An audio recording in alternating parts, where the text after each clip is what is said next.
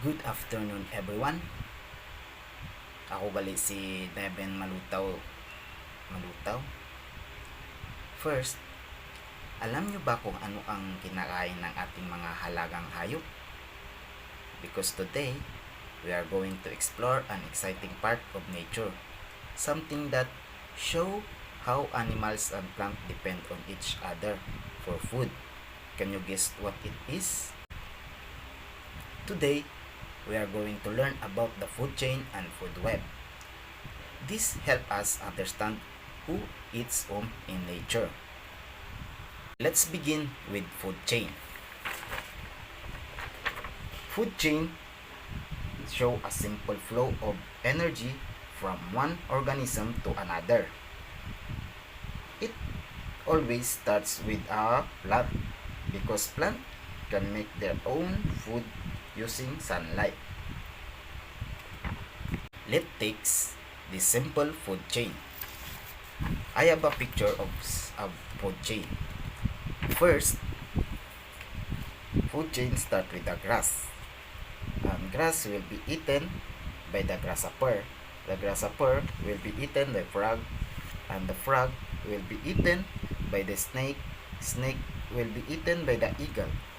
This is the example of food chain. The food chain is start with the grass. The grass is the producer because grass can make their own food using sunlight. Next is the grasshopper. Grasshopper is the first consumer because it is an herbivore. It eats the grass.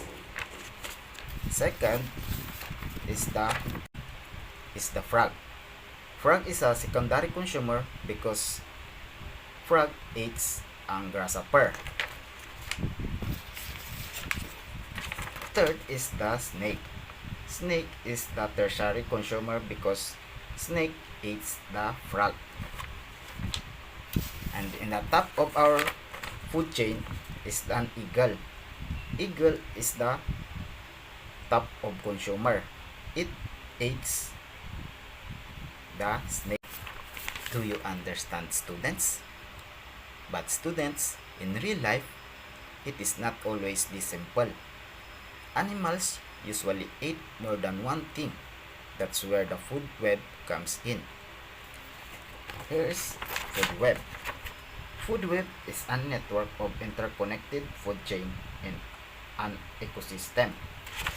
Example, a frog might eat insect, but it can also be eaten by snake, bird, or even bigger fish.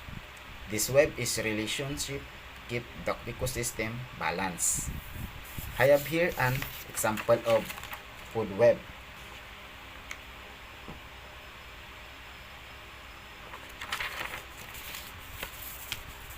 For conclusion, food chain show a single path of energy flow. Food web show how food chain are connected. And the plant starts the chain as producer and the animals are consumer.